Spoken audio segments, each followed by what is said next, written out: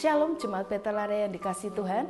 Hari ini saya akan membacakan renungan harian Livingstone Bethel Area edisi Senin 18 Januari 2021 dengan judul Kuatkan dan Teguhkan Hatimu.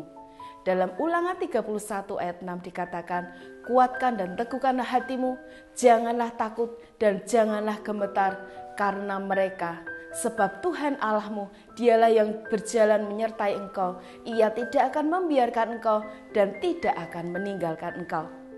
Saudara, di awal tahun ini firman Tuhan kembali berbicara kepada kita supaya kita tetap menguatkan dan meneguhkan hati kita.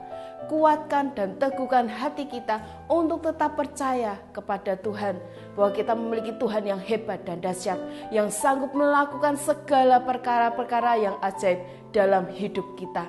Tuhan yang menciptakan alam semesta dan segala isinya.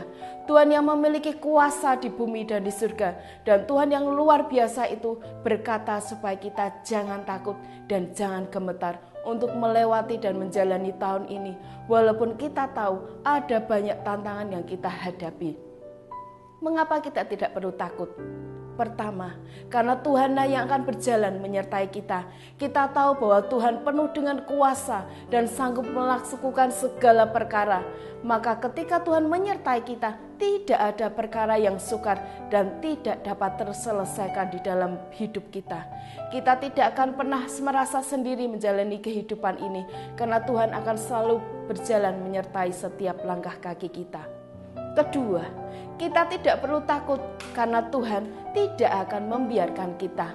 Ketika Tuhan mengizinkan kita mengalami pergumulan, maka ingatlah bahwa Tuhan tidak akan membiarkan kita bergumul seorang diri.